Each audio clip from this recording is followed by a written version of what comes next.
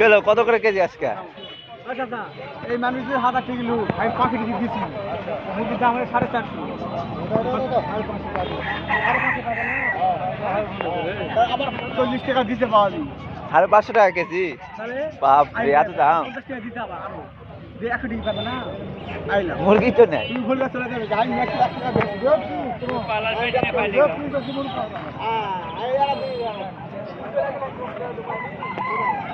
টাকাটা দিয়ে দেওয়া নাকি 50 টাকা কি দিলে বাবা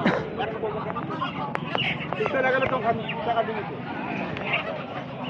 টাকাই দিব এই বুড়ানি এই টাকা কত দিবা 22 কোটি হাত টাকা ওটা তো না থাকে দেখতে হবে না কি বলো তুই